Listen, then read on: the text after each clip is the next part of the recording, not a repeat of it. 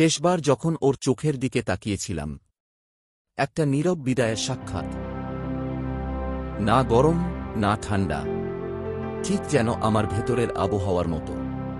আমার স্ত্রী, তাকে শেষবার যখন চোখের দিকে তাকিয়েছিলাম, তখন তার চোখে কোনো জল ছিল না, কিন্তু আমার বুকের ভেতরে যেন কেউ এক হাঁটু বরফ বসিয়ে দিয়েছিল। আমি দাঁড়িয়েছিলাম চুপচাপ। আমার মা রান্নাঘর থেকে বেরিয়ে এসেছিলেন, বাবা চুপচাপ ঘরের এক কোণে বসেছিলেন। আমি শুধু তাকিয়েছিলাম সেই মেয়েটার দিকে, যার হাত ধরে একদিন ভবিষ্যতের স্বপ্ন দেখেছিলাম।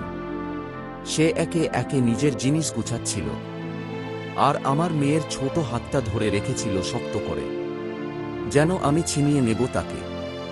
আমি কিছু বলিনি, কারণ আমি জানতাম যে চলে যেতে চায় তাকে ধরে রাখা যায় না। আর যে চোখে আমার জন্য এক ফোঁটা আস্থা নেই, সেই চোখে অনুরোধ করাও অপমান। আমি তখন তাকালাম ওর দিকে, ঠিক চোখে চোখ। আমার চোখে একরাশ প্রশ্ন। এত বছর একসাথে থাকার পর এতটা অবিশ্বাস কিভাবে জমে গেল? আমি কি সত্যিই এমন কিছু করেছিলাম যার জন্য এভাবে চলে যেতে হবে? আমার সন্তান, সে কি শুধু তোমার? এই সম্পর্ক, এত স্মৃতি, একটুও টানে না তোমায়? কিন্তু তার চোখে কোনো জবাব ছিল না। সেখানে শুধু একটা সিদ্ধান্ত ছিল, একটা মুখে না বলা বিচ্ছেদ।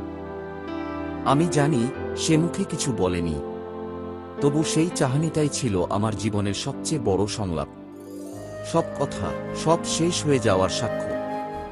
যাওয়ার সময় আমার মেয়েটা শুধু একবার আমার দিকে চেয়ে বলেছিল, বাবা। তারপর একটা গাড়ির শব্দ, আর তারপর নীরবতা।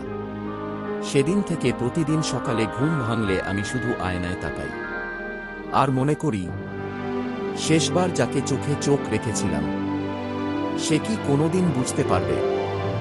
আমি তখন ভেঙে গিয়েছিলাম নিঃশব্দে। ধন্যবাদ।